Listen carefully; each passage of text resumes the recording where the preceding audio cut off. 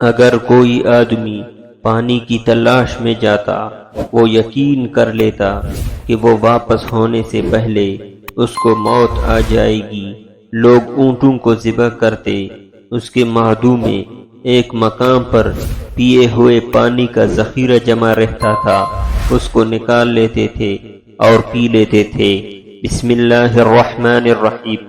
قتادہ کہتے ہیں کہ جنگ تبوک کے لیے جب جل کڑے ہوئے تو بڑی سخت گرمی تھی۔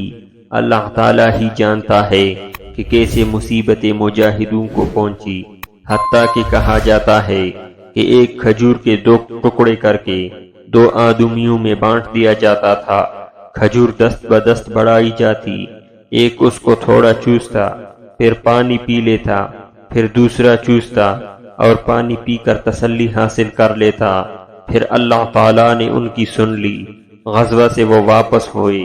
حضرت عبداللہ بن عباس رضی اللہ تعالی عنہ سے مروی ہے کہ حضرت عمر بن خطاب رضی اللہ تعالی عنہ سے تنگ دستی کی کیفیت پوچھی گئی تو کہا کہ ہم جنگ تبوک کے لیے نبی کریم صلی اللہ علیہ وسلم کے ساتھ نکلے۔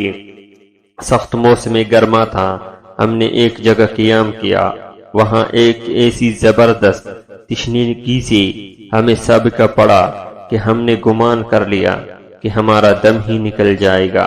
اگر کوئی آدمی پانی کی تلاش میں جاتا، وہ یقین کر لیتا کہ وہ واپس ہونے سے پہلے اس کو موت آ جائے گی۔ لوگ اونٹوں کو ذبح کرتے، اس کے معدوں میں ایک مقام پر پیے ہوئے پانی کا ذخیرہ جمع رہتا، اس کو نکال لیتے اور پی لیتے اور بچا ہوا کچھ حصہ اپنے جگر پر لگاتے۔ تو حضرت ابو بکر صدیق رضی اللہ تعالی عنہ نے کہا، یا رسول اللہ صلی اللہ علیہ وسلم، اللہ تعالیٰ نے آپ صلی اللہ علیہ وسلم کی دعا کو قبولیت کا شرف بخشا ہے، ہمارے لیے دعا فرمائے۔ تو حضور صلی اللہ علیہ وسلم نے فرمایا، کیا تم ایسا چاہتے ہو؟ تو حضرت ابو بکر صدیق رضی اللہ تعالی عنہ نے کہا ہاں۔ تو حضور صلی اللہ علیہ وسلم نے اپنے دونوں ہاتھ دعا کے لیے اٹھائے، ابھی دعا ختم بھی نہیں ہوئی تھی کہ بادل چھا گئے اور موسلادھار بارش ہونے لگے۔